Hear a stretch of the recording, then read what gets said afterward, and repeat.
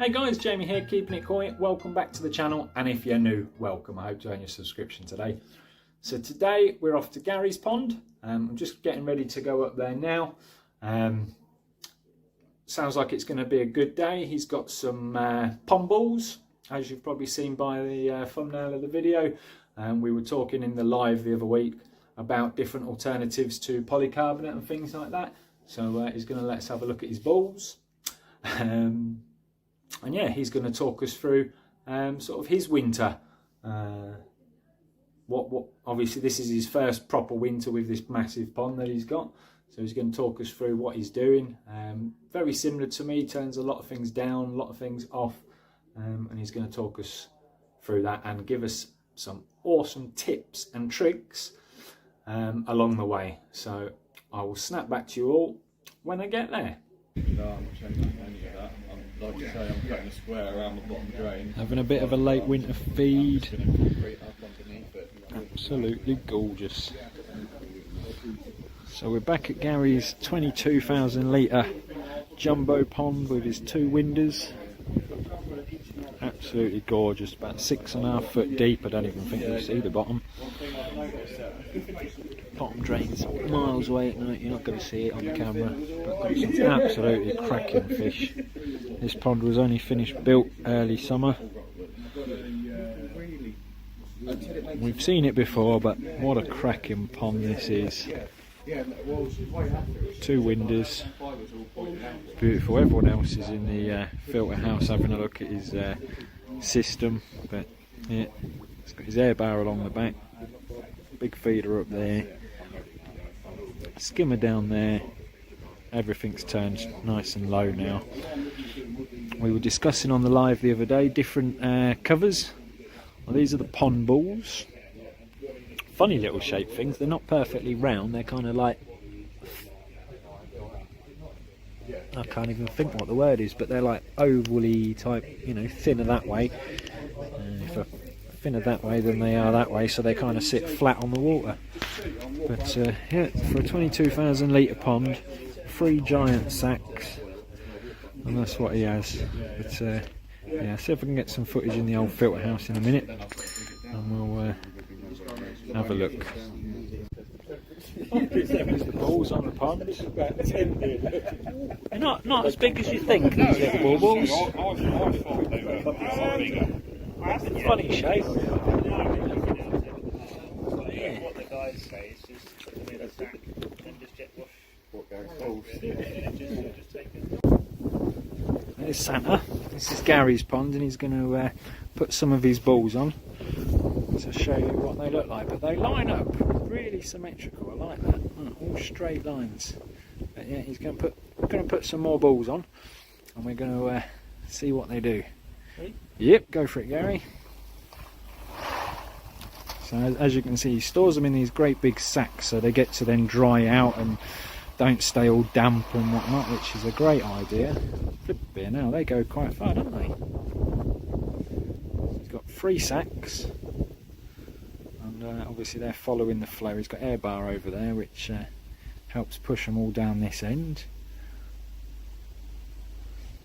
And then eventually, when they all get down here, you'll see them all lining up like that. He was telling me earlier, it's quite funny watching them feed through the balls, because it looks like in fact, we've just had the conversation, if anyone's seen the film Tremors, it looks like the monsters are coming like up through the ground, because you see like the balls rising as they're coming towards the food. There you go, that all starting to find their place. But yeah, they cover quite well. Look, he's got 2 more sacks over there to go on. But yeah, he's got a good knack though for how to get them out of the pond, and he's kindly offered to show us. So if we spin you around, look, he's got a great big blue barrel, and he's going to show us how he does it. Look, he's practiced a few times with different methods, and he's found this one works quite well. He's getting some pegs. The fish are looking absolutely phenomenal still. Have an old landing net. Got the old landing net, look. Perfect size for a blue barrel as well. Don't use too big of a net, because you might find it, although you can scoop up more balls, be a bit more difficult because you'll miss the bucket.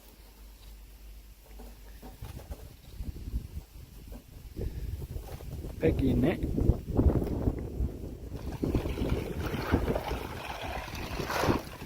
Scoop up your bowls and you put them in there.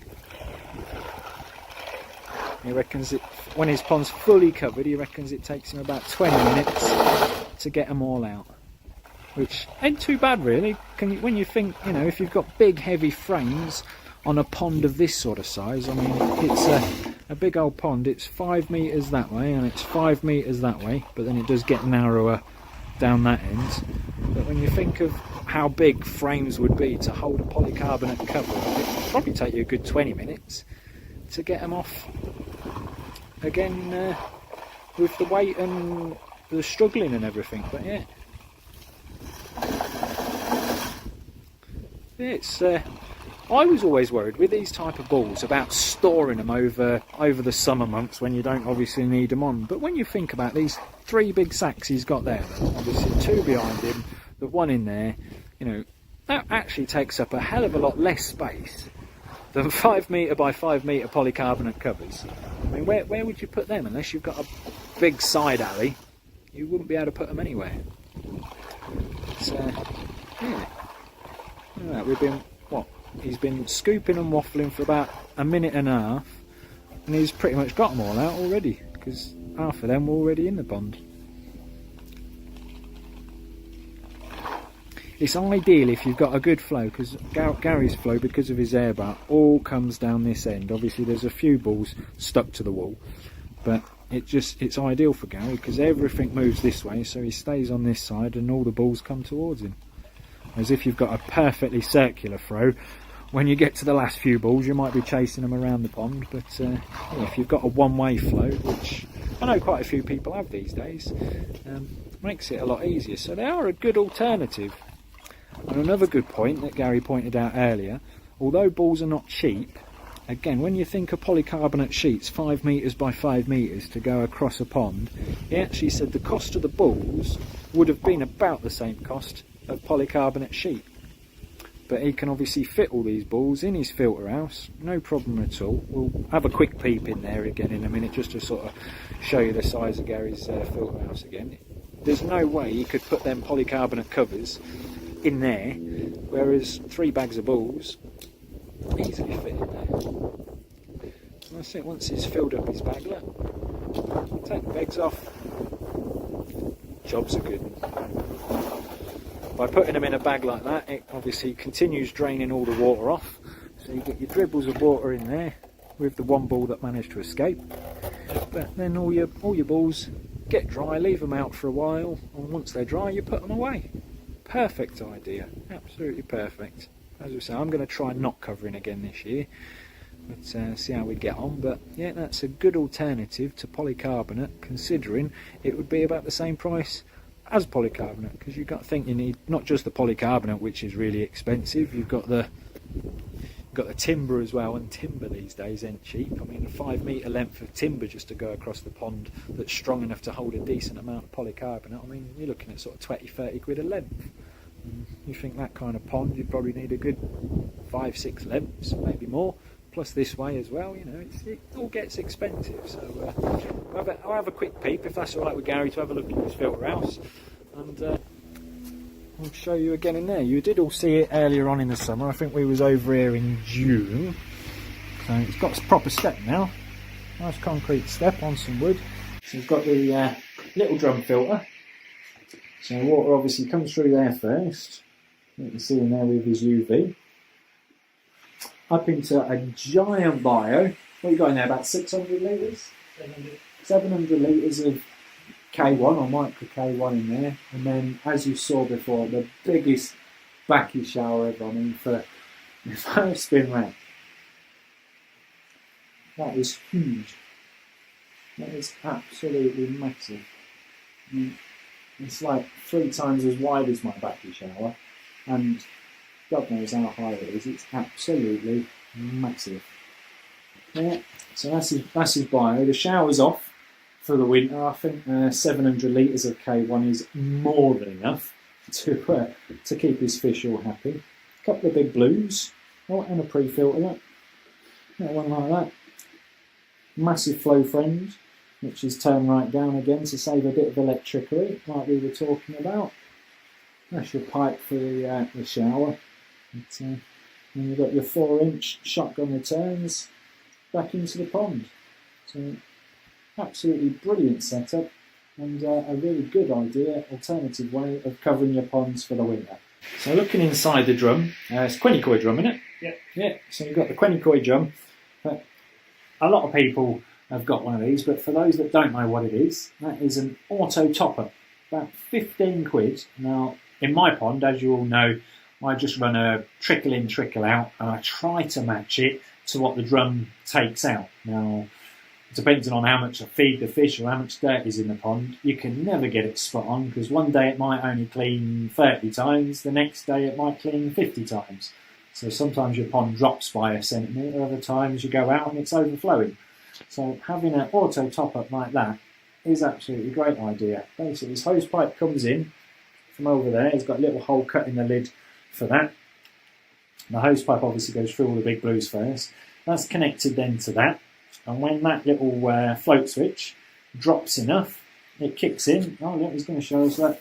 There you go. You can hear and see the water coming out, if you heard that. And yeah, so when the pond level starts to drop, that kicks in, tops it back up, and then you use just the right amount of water, rather than like what I do, which is try and guesstimate and keep tweaking the hose pipe. Everybody knows in the drums as well that you can clean them with all sorts of things. EA and ORZ, I think, both do an actual drum screen cleaner.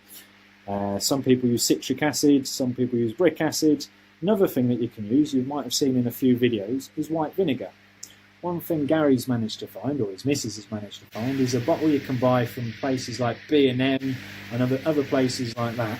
Plenty of other shops available, but an actual bottle comes as a spray bottle of white vinegar. And you watch how well this stuff cleans them. It's got this UV off at the minute, again saving money for winter. You can see 2 dirty streaks there. Spray it on, leave it for just a couple of seconds. Look at that. Look at that. Clean as a whistle. Another good tip while we're at Gary's Amazing Pond, spray bottle of white vinegar. They're not very expensive either. I've got the same bottle under my kitchen cupboard, but I spent a fortune on the EA stuff, so I think next time when I run out of the EA one, I'll be using that, because it works a lot quicker than the EA drum screen cleaner.